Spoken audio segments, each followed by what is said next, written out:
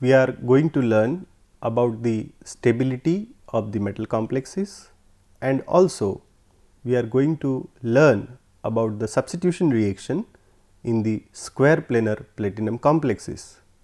That is, we will learn about the trans effect. In this lecture, I am going to introduce to you the term stability. We will also see the thermodynamic and kinetic stability of the metal complexes, and we will see the factors affecting the stability of the metal complexes. The term stability can be used in number of different ways. The statement that a complex is stable is rather loose, since several interpretations can be placed upon it. When the term stability is used without qualification, it means that the complexes exist and under suitable condition it may be stored for a long time. This term cannot be generalized for complexes, since a complex may be quite stable to one reagent and may be decomposed readily in presence of another reagent. This term may also refers to the action of heat or light on the compound. In studying the formation of complex in solution, two kinds of stability of complexes come in questions. These are thermodynamic stability and kinetic stability. Let us understand this term one by one. What is thermodynamic stability? This is a measure of the extent to which the complex will form or will be transformed into another species when the system has reached equilibrium. When we are concerned with this type of a stability, we deal with metal ligand bond energy, stability constants, etc. The another term is kinetic stability. This refers to the speed with which transformation leading to the attainment of equilibrium will occur. When we are interested in kinetic stability, and this is a primarily for the complex ion in solution, we deal with the rate and mechanism of chemical reactions such as substitution, isomerization, racemization and electron or group transfer reactions, as well as with the thermodynamic variable involved in the formation of intermediate species or activated complexes.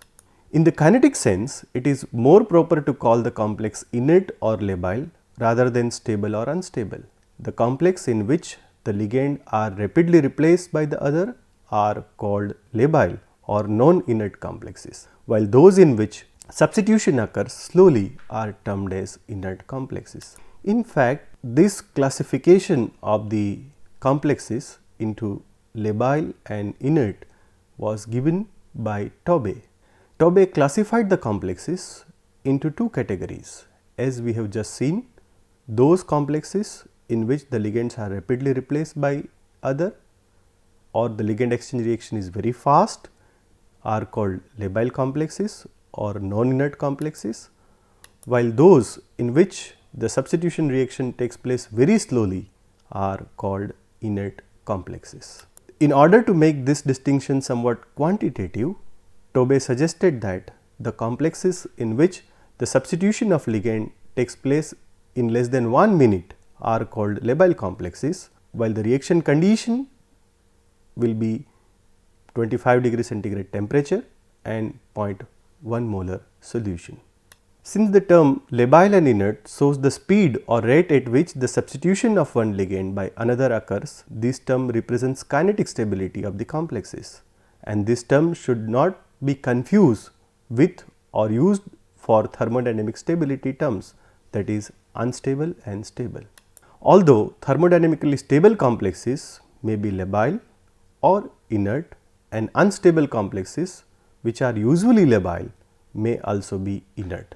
So, there is no correlation between thermodynamic and kinetic stability terms. Let us take one example of tetracyanomercury complex, which is thermodynamically very stable, having very high formation constant of 10⁻42. But the same complex is highly labile because in the solution it rapidly undergo ligand exchange reaction with the labeled cyanide ion, that is 14Cn minus ion, with very faster rate. You can see from this equation that the T half of this reaction is just 30 seconds, and therefore, the stability of the complex does not ensure its inertness. Let us take another example of cobalt complexes, which is thermodynamically unstable, and it can remain unchanged in the acid solution for even weeks. Thus, this complex is thermodynamically unstable, but it is inert at the same time, because in the acid solution it remained inert for weeks together. So, it may be concluded from this description that the inert complexes are not necessarily thermodynamically stable, and the labile complexes are not necessarily thermodynamically unstable. So, therefore, the term stability and lability, or the inert and labile, should not be used together.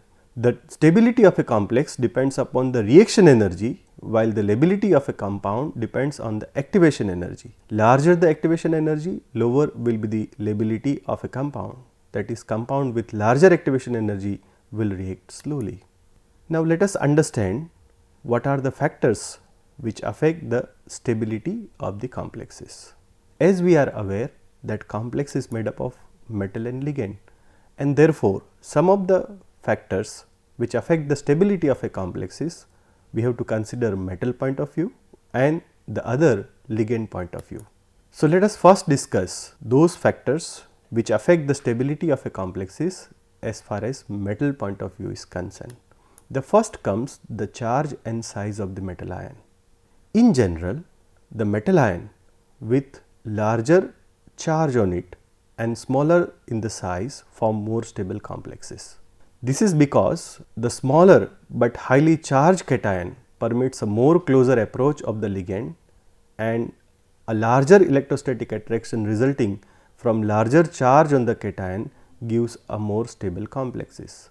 To understand this point, let us take an example of an hydroxo complexes of alkaline earth metal, in which the central metal cation having the same charge, but the size varies. Say for example, beryllium, magnesium, calcium, barium, all are having +2 oxidation charge, but the size varies as we go from beryllium to barium. And see the values of the stability constant. The stability constant value is very high for the beryllium complexes and is very low for the barium complexes. This is because of the size factor. With the increase in the size of the metal ion of this alkaline earth metal hydroxo complexes, the stability value goes on decreases.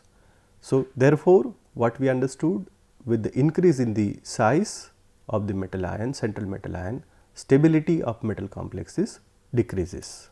Let us take another example. In this case, we are keeping the size almost same, but now the charge on the metal cation are varying. There are two examples. One is ferrocyanide complex, another is ferricyanide complex. In both this, iron is the central metal ion, and therefore, the size is almost same, but the charge on the first complex is +3 and on the other complex it is +2. With the change in the charge, you see the change in the stability constant value. The stability constant value is higher in case of +3 iron complexes and it is lower in case of +2 complex. The same will be the case when we will consider the cobalt complexes. That is to say, the cobalt complexes with +3 oxidation state will be more stable than the cobalt complexes having +2 oxidation state. So, therefore, with the increase in on the charge on the cation, the stability value of a complex increases. When we combine the effect of charge and size together, then it is called as charge to size ratio. The other name for the same is ionic potential or polarizing power. So, what will be the effect of the change in this charge to size ratio on the stability of the complexes? A larger value of the charge to radius ratio for the central ion means that the central ion will be forming a more stable complexes. The correlation between the charge to radius ratio and stability of hydroxo complexes of some of the metal ion is shown in the following table. You can see here that the charge on the metal ion varies from +1 to +4. In case of a lithium it is +1, while in case of a thorium it is +4, and also the values of the ionic radius are also changing, and therefore, the ionic potential or the charge to radius ratio or charge to size ratio for the different metal ion is from 1.7 to 6.5, that is it goes on increasing. And see the stability constant value, they are also increases with the increase in the values of ionic potential or charge to size ratio. Therefore, the greater will be the charge to radius ratio, more will be the stability of the complexes. The second factor which affect the stability is called as crystal field effect and natural order or Irving-Williams order of a stability. The stability of high spin complexes of the ions between manganese 2 plus and zinc 2 plus with a given ligand frequently vary in this order. This order is called as natural order of stability or also Irving-Williams stability order. In fact, it is inconsistent with the charge to radius ratio concept.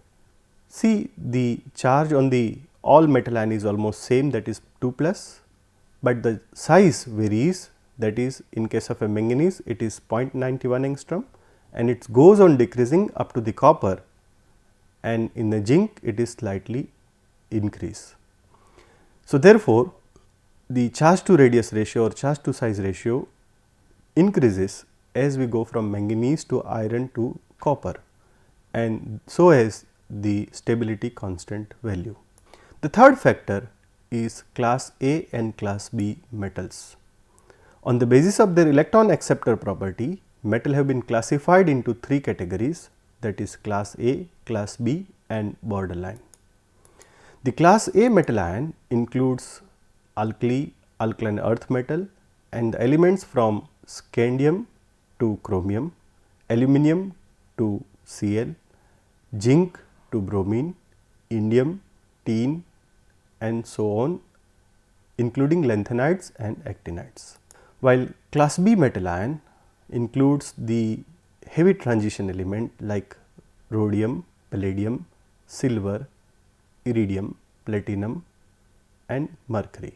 While the borderline metal ion includes the elements from manganese to copper, molybdenum, tellurium, ruthenium, tungsten, rhenium, osmium and cadmium. Now, class A metal form a more stable complexes with ligands having the coordinating atom from the second period element, that is with nitrogen, oxygen and fluorine as a coordinating atom, then those of the analogous ligand in which the donor atom is from the third or later period, that is the coordinating atom phosphorus, sulfur or chlorine.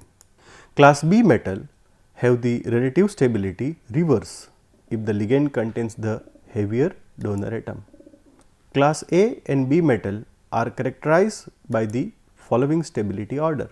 So, as we have seen, class A metal ion form a more stable complexes with the earlier member of the group, that is with fluorine or oxygen compared to iodine or tellurium, while reverse will be the case with the class B metal ion. That is to say, class B metal ion form more stable complexes with the later member of the group, that is with iodide or with tellurium. The next, class B metal are characterized by the presence of a number of d electrons beyond an inert gas core. These d electrons are used to form pi bond with the ligand atoms. It is believed that the stability of the complexes of class B metals results from the covalent contribution to metal ligand bonds and from the transfer of electron density from the metal to ligand via pi bonding.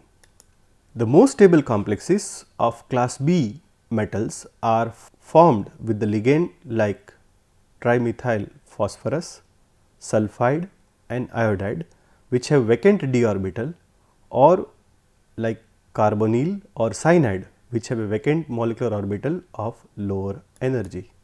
The next factor which affect the stability of the metal complexes is electronegativity of the central ion. The bonding between a central ion and a ligand is to some extent due to the donation of electron by the ligand to the central ion. Thus, it might be concluded that a central ion with a higher electronegativity would give the most stable complexes. So, the stability increases with the electronegativity of the central metal ion. With reference to the role of the ligand in the determining the stability of the metal complexes, the following factors are important. The first among these is the size and charge of the ligand. For the charged ligand, the higher the charge carried by them and smaller the size, the more stable are the complex form. As for example, fluoride ion, which are smaller, form more stable complexes than the chloride ion, which are larger ion. This fact is evident from the stability constant value of fluoro as well as chloro complexes of iron. You can see that for fluoro complexes the stability constant is almost 10⁶, while same for chloro complex is just 20. So, greater is the charge on the ligand and smaller is their size, more stable are the complex form. This was the story for the charged ligand. What happens when there is a neutral ligand? For monodentate neutral ligand, the higher the dipole moment and smaller the size, the more stable are the complex form. The second factor is the basic character of a ligand. The more basic is the ligand, more easily it can donate electron pair to the central ion, and hence more easily it can form complexes of greater stability.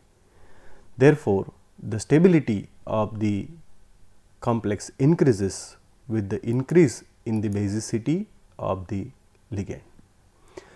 Thus, the fluoride ion, which should form a stable complex than the chloride, bromide or iodide ion, or NH3 should be better ligand than the water, which in turn should be a better ligand than HF. This behavior is observed for alkali, alkaline earth and other electropositive metal like first row transition element, lanthanides and actinides. The third factor is the chelate effect. The complex containing chelate ring are usually more stable than similar complex containing no ring, that is multidentate ligand or chelating ligand is generally form more stable complexes than monodentate ligand. This term is known as chelate effect. In addition to the chelate effect, the chelate ring size is equally important.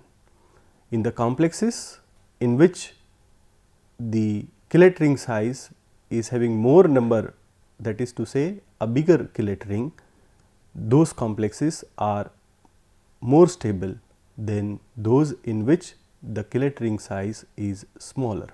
In general, the 5 or 6 membered ring are more stable than compared to 3 or 4 membered ring size. So, those ligand which form a 5 or 6 membered ring size form more stable complexes. The last factor is the steric effect. When a bulky group is either attached or present near the donor atom of a ligand, mutual repulsion among the ligand occurs and consequently the metal ligand bond is weakened. Thus, large bulky ligand form less stable complexes than do the analogous smaller ligand. This fact can be understood by the taking example of 8-hydroxyquinoline and 2-methyl 8-hydroxyquinoline. 8-hydroxyquinoline form more stable complexes with nickel than its analogous 2-methyl 8-hydroxyquinoline. Similarly, the diamine complexes, ethylene diamine complexes are more stable than those of tetramethyl ethylene diamine complexes. In both this case, the steric hindrance created around the donor atom or near the bite site decreases the stability of the complexes. So, in this lecture we have learned about the stability, we have understood the thermodynamic and kinetic stability, and we have seen various factors affecting the stability of the metal complexes. In the next coming lecture, I am going to make you aware about the substitution reaction in square planar complexes.